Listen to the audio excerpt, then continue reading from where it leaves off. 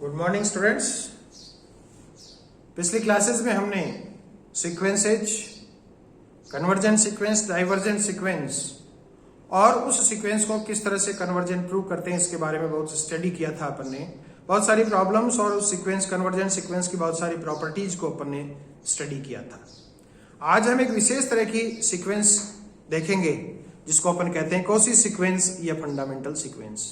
तो Cauchy sequence, कौन C sequence को अपन कॉची सीक्वेंस कहेंगे या फंडामेंटल सीक्वेंस कहेंगे, और यदि कोई सीक्वेंस अपन को दे रखा है तो उस सीक्वेंस को कॉची सीक्वेंस या फंडामेंटल सीक्वेंस यदि प्रूव करना है तो किस तरह से अपन उसको प्रूव करेंगे, इसके बारे में अपन आज डिस्कस करेंगे।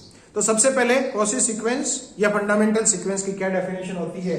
यहाँ अपन कॉची सीक्वेंस या फंडामेंटल सीक्वेंस की डेफिनेशन देखें तो यहाँ पर अपन को ये पता चलता है कि प्रत्येक sequence, every sequence, a sequence xn is said to be Cauchy sequence or fundamental sequence if for epsilon greater than 0 there exists n0 belongs to n such that modulus of xn minus xn is less than epsilon for all n and m greater than n0। यानी कोई भी sequence यदि Cauchy sequence होती है तो epsilon greater than 0, किसी दिए हुए एप्सिलॉन ग्रेटर देन 0 के लिए यदि कोई ऐसा नेचुरल नंबर n0 अपन निकाल लें, जो नेचुरल नंबर n0 होता है वो नेचुरल नंबर एप्सिलॉन पे डिपेंड होता है।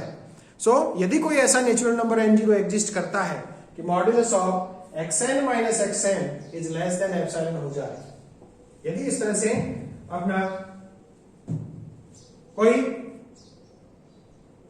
नेचुरल नंबर अपन इस तरह का कोई फाइंड आउट कर सकते हैं जिसके लिए modulus of xn minus xm less than epsilon हो जाए, तो ऐसी सीक्वेंस कॉची सीक्वेंस कहलाती है। इसके एक अल्टरनेटिव डेफिनेशन भी अपन देख सकते हैं कि यदि एप्सिलॉन ग्रेटर देन 0 के लिए कोई नेचुरल नंबर n0 इस तरह से उपस्थित होता है कि modulus of xn plus p minus xn is less than epsilon हो जाए for all n greater than n0 and p belongs to n, p belongs to n, p कोई नेचुरल नंबर है।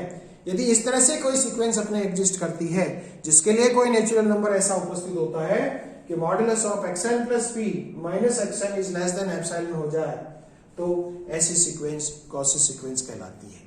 तो किसी भी सीक्वेंस को यदि कॉची सीक्वेंस प्रूव करना है तो अपन को प्रूव करना है कि modulus of xn minus xm less than epsilon होना चाहिए for all n and m greater than n0, या फिर अल्टरनेटिवली अपन ये कह सकते हैं कि modulus of xn plus p minus xn is less than epsilon यदि होता है तो ऐसी कोई सीक्वेंस कॉची सीक्वेंस कहलाती है। फॉर एग्जांपल अपन यहाँ पर देखें कि यदि अपन को ये दिया है कि मान लीजिए xn जो अपने को एक सीक्वेंस दे रखी है जो 1/n के बराबर है, यानी सीक्वेंस का nवां पद यदि 1/n के बराबर है तो अपन को ये प्रूव करना है कि ये सीक्वेंस कॉची सीक्वेंस होती है।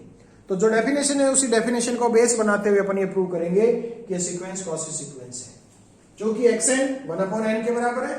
इसलिए modulus of xn minus xn is equals to 1/n minus 1/m, और we solve this one m minus n upon mn.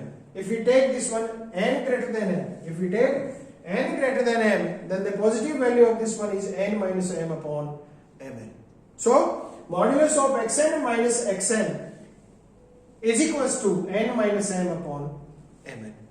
Now चूंकि m जो अपन ने n जो अपन ने ले रखा है वो m से छोटा है, m से बड़ा है, n is a number which is greater than m, then definitely n minus m upon mn is a number which is less than 1 upon m. तो इस m को इस तरह से सेलेक्ट करें कि 1 upon m is less than epsilon हो जाए। यदि इस नेचुरल नंबर m को अपन इस तरह से सेलेक्ट करें कि 1 upon m यदि लेस देन एप्सिलॉन हो जाए तो अपन को रिजल्ट मिलेगा कि modulus of xn minus xm is less than epsilon for all n greater than m। तो यदि ऐसा हो जाता है xn modulus of xn minus xm is less than epsilon for all n greater than m, then this is the definition of Cauchy sequence. तो यदि ऐसा अपन ने प्रूव कर दिया, इसका मतलब ये सीक्वेंस कैसी होगी, कॉची सीक्वेंस होगी। तो कोई भी सीक्वेंस को यदि कॉची सीक्वेंस प्रूव करना है तो अपन इस तरह से इसको कॉची सीक्वेंस प्रूव कर सकते हैं। इसकी कुछ प्रॉपर्टीज अपन देखें कि यदि कोई सीक्वेंस कॉची सीक्वेंस बनती है तो उसकी कुछ प्रॉपर्टीज हैं, जिनको प्रॉपर्टीज के बारे में आज अपन यहां पर स्टडी करें, डिस्कस करें।